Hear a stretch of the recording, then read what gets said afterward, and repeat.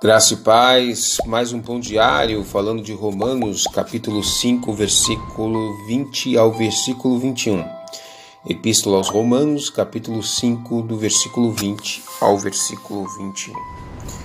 Nós estamos falando então sobre os benefícios da justificação.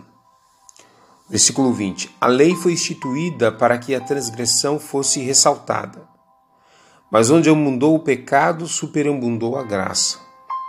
Versículo 21. Para que assim, como o pecado reinou na morte, assim também reina a graça pela justiça para outorgar a vida eterna por intermédio de Jesus Cristo, nosso Senhor. Estamos falando aqui junto com o apóstolo Paulo sobre os benefícios da justificação. E um dos critérios que podemos ver que a Paulo traz para nós compreendermos a importância da lei é que a lei literalmente foi instituída para pontuar os nossos pecados e enviscerar, ou seja, ressaltar, enfatizar a nossa condição como pecadores. E lembrando que o pecado, ele traz para nós uma punição. O pecado traz para nós um juízo de Deus, a morte física. Desde o momento que o homem ele desobedeceu a Deus, ofendeu a Deus em razão do seu pecado, ele foi literalmente então levado a um juízo, a uma punição em razão do pecado. E esta punição ficou evidenciada em razão da morte física. A humanidade, a partir do momento que ela sai do Éden, ela começa então a viver literalmente uma condição que a sua vida não é mais eterna, porque o pecado destituiu essa possibilidade e esta comunhão, esta reconciliação, essa conciliação que tinha antes com Deus lá no Éden. Diante disso, nós vemos que o pecado e a lei, como ela vai eviscerar essa questão do nosso pecado, é que ela traz para nós uma consciência. Ela traz para nós uma responsabilidade. Ela traz para nós a sensibilidade de entender que o pecado ele é nocivo no sentido eterno. Mas a lei, apesar de ela trazer para nós esta maldição, como diz Gálatas 2 e 3, nós vemos que a lei ela traz maldição, não que a lei seja maldita, mas o homem se conta em condições de estar amaldiçoado em razão do pecado. E a lei ela condena, a lei ela mata, por isso que a letra mata. A lei mata literalmente o pecador. Mas diante deste problema, talvez insolúvel para ser tratado pela humanidade, para que o homem consiga religar novamente com Deus ou ter uma comunhão com Deus, o homem em si mesmo ele não consegue então atender às exigências e os critérios de Deus em razão do pecado, pois o homem caiu no pecado. Mesmo que o homem tenha alguma vontade em buscar a Deus, esta vontade não vem da condição humana, pecadora e caída, que o homem convive hoje. A condição de nós se aproximarmos de Deus é uma condição dada à vontade de Deus, a uma interferência de Deus, a qual Deus se revela a nós através de Cristo Jesus. Muitas pessoas acham que o religar, ou seja, a humanidade, ela busca a Deus no sentido de se religar a Deus, mas é um conceito totalmente equivocado. O Deus Emmanuel sai da sua glória e vem se humilhar e habitar entre nós para anunciar o reino dos céus. É aonde nós então conhecemos a graça de Deus. E uma das coisas interessantes dentro da graça é que a graça ela não está engessada na lei. A lei é independente e a graça é independente. Só que a diferença de níveis entre a lei e a graça é que a graça superabundou o pecado e superabundou a lei. Ela está acima na verdade, da lei. Veja, a lei, ela coloca todos os homens no mesmo patamar e de condenação, mas a graça de Deus coloca os eleitos e chamados à justificação, ao arrependimento, ao reconhecimento do seu pecado. Então a lei traz para nós esta consciência, esta necessidade de se arrepender, de conhecer. Esse é o primeiro processo que o benefício da justificação pode trazer para nós, o reconhecimento dos nossos pecados.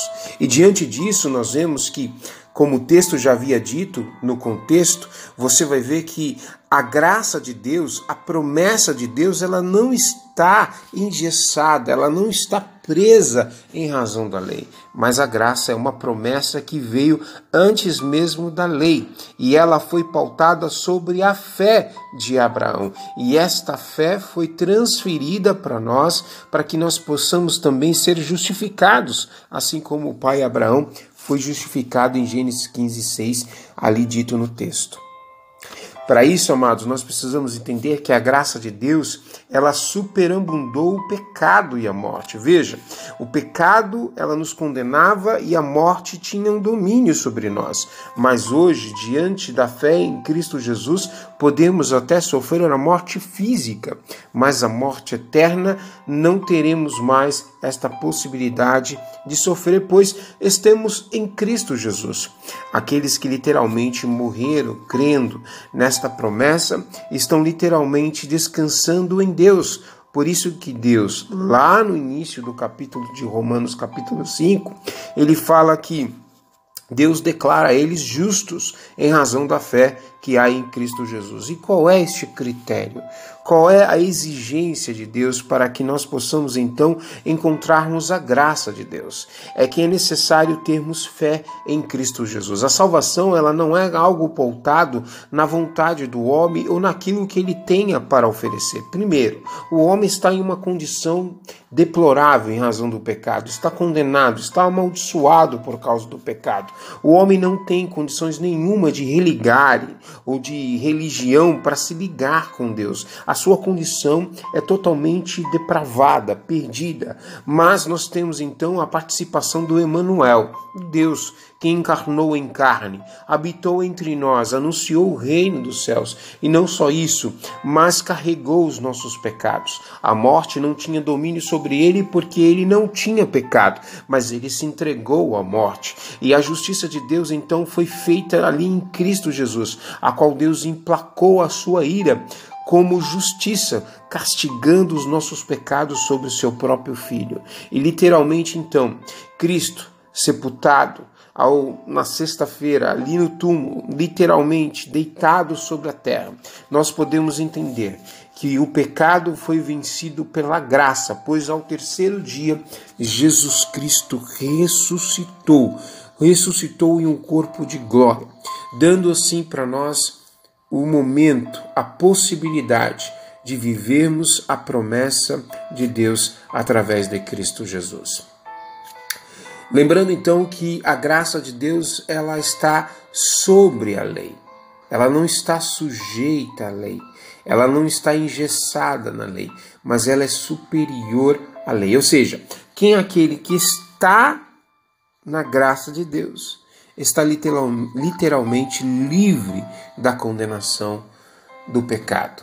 Porém, aqueles que tentam defender, viver sobre a lei, encontram-se debaixo de maldição, encontram-se condenados pela lei, porque a lei de Moisés, ela não consegue salvar, ela é justa, ela é boa, mas a humanidade não tem condição alguma de atender às exigências da lei.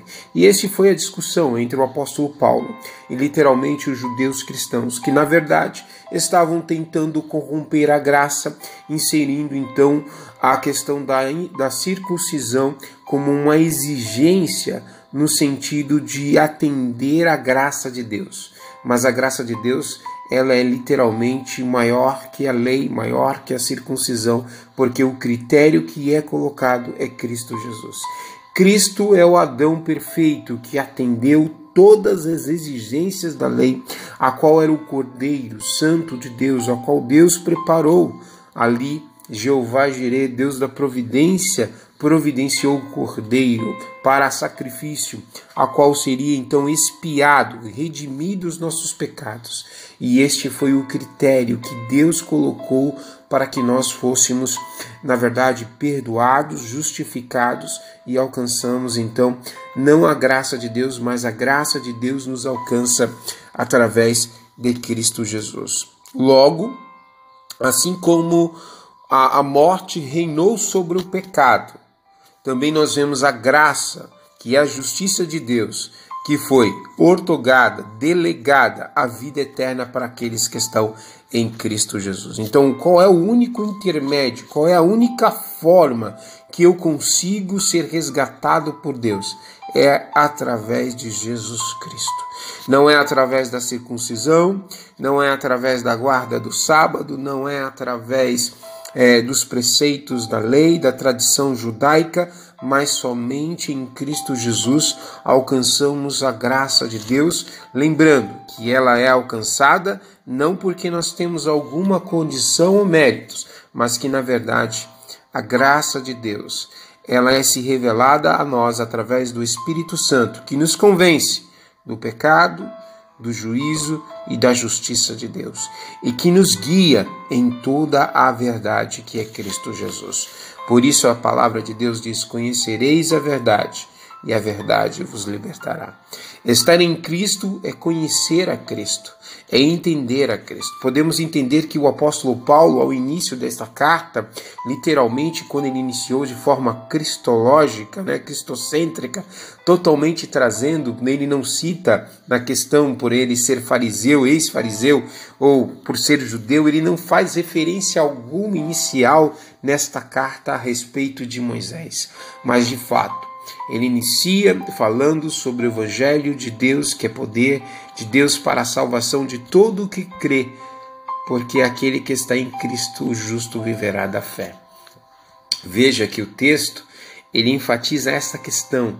Paulo traz a sua carta pautada em Cristo no centro, e não a lei, não Moisés, não é mais o sumo sacerdote, não é mais o templo em Jerusalém, porque o templo nem existia mais nos anos 70, depois de Cristo. Diante disso, nós vemos então a graça de Deus reinando sobre a vida daqueles que são salvos em Cristo Jesus. Precisamos compreender isto, que a nossa mensagem, quando nós vamos anunciar o Evangelho de Deus, que é poder de Deus para a salvação de todo aquele que crê, é pregar Cristo Jesus. Não é pregar a instituição, não é pregar o sacerdote, não é pregar uma denominação, não é pregar aquilo que eu acredito, não é pregar os conceitos e preceitos que eu crio para mim mesmo, mas é pregar a Cristo. Cristo é a mensagem central que deve ser pregada. Cristo é o critério para a salvação, para o benefício da justificação. Só há em Cristo este benefício. Não há mais em ninguém este benefício. Só encontramos este benefício em Cristo Jesus, pois o Espírito Santo, ele testifica em nosso coração a respeito disso. E ele vai nos levar a uma consciência, quando nós então compreendemos a lei de Deus, que somos pecadores e que na verdade vivemos uma total depravação, na necessidade de se arrepender. Este arrependimento é o processo do benefício da justificação. Não tem como ser justo ou ser justificado antes de ter consciência do seu pecado. Então Deus nos leva a ter consciência, a assumir o nosso pecado, a pedir a misericórdia de Deus, a clamar, a chorar, a plantear sobre o nosso pecado. Então o Espírito Santo nos leva a esta necessidade, mas só não leva nós a esta necessidade, mas também faz nós conhecermos na prática o que é a graça de Deus, o que é o amor de Deus para cada um de nós. Não importa a questão do pecado que você vive. A questão é que no início do pecado, que foi entrado ali dentro da humanidade, foi de forma ampliada em toda a humanidade, a consequência, o resultado eterno para o pecado, ele foi literalmente destruído em Cristo Jesus, porque Cristo tirou o jugo da morte eterna e trouxe para nós a esperança como promessa. Por isso que a fé é o firme fundamento das coisas que se esperam e não se veem. Porque se você for justo, olhar para si mesmo e entender isto, fazer exame de si mesmo, você vai ver que não tem condições nenhuma nem de sentar à mesa, porque você e eu se encontramos em condições pecaminosas. Mas quando nós olhamos para o autor e consumidor da nossa fé, que é Cristo Jesus, então nós olhamos para Cristo, nós vemos então a esperança. Como diz o próprio texto em Romanos, seja todo homem mentiroso e Deus verdadeiro. Deus, ele vai cumprir a sua promessa, Deus vai cumprir a sua palavra. E diante disso, a sua palavra, o Logos, é o próprio Cristo. Então aquele que está descansando em Cristo Jesus, ele pode entender que ele é declarado justo. E esta declaração não vem do sumo sacerdote, esta declaração não vem dos levitas, esta declaração não vem da lei de Moisés, esta declaração ela não vem mais do templo de Jerusalém, mas ela é declarada diretamente pelo próprio Deus, a qual vai se manifestar a ira dele, como diz Romanos 1,18. Mas para aqueles que estão salvos em Cristo Jesus, estão isentos de participar da ira de Deus, porque encontraram a graça de Deus, ou seja, a graça de Deus os encontraram, e por isso encontraram o perdão, a justificação.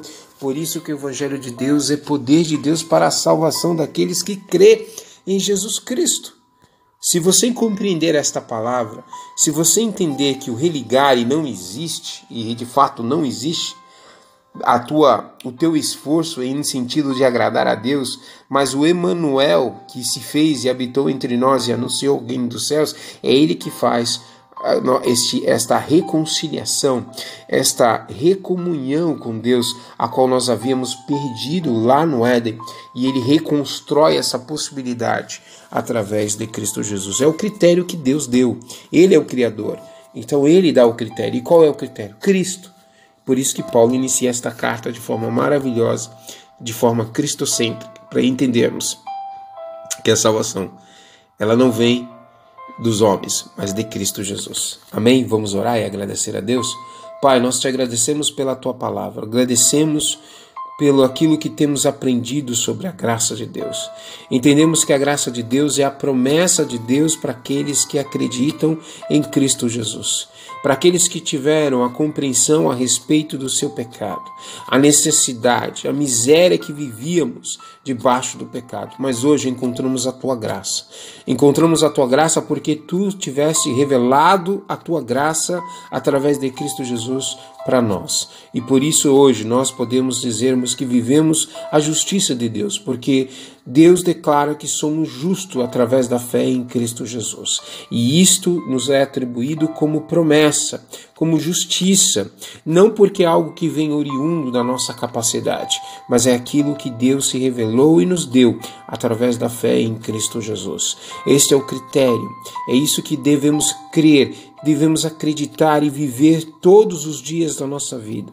É descansar em Cristo, acreditando nas promessas, que mesmo que ainda a morte física venha ceifar a nossa vida, possamos compreender que a graça de Deus, ela superabundou o pecado e superabundou a morte, e nós iremos ressuscitar junto com Ele, literalmente, pois Cristo está no seu corpo ressurreto, um corpo de glória, e a sua promessa é que este corpo incorruptível, este corpo corruptível, ao qual nós vivemos por causa do pecado caído, ele será transformado em um corpo incorruptível, um corpo santificado, glorificado, regenerado pela tua graça, pela tua misericórdia. Nós te agradecemos, Senhor, porque tu nos deste esta oportunidade de literalmente conhecer a tua palavra, e conhecer a tua graça e conhecer o teu amor. Que muitos nesta manhã possam alcançar a tua palavra e conheçam a tua justiça através de Cristo Jesus. É o que nós te pedimos e te agradecemos em nome de Jesus. Amém. Que a graça de Deus, o amor de Deus e as doces consolações do Espírito Santo sejam com todos e todos digam amém. Deus te abençoe, um ótimo dia. Fique na paz.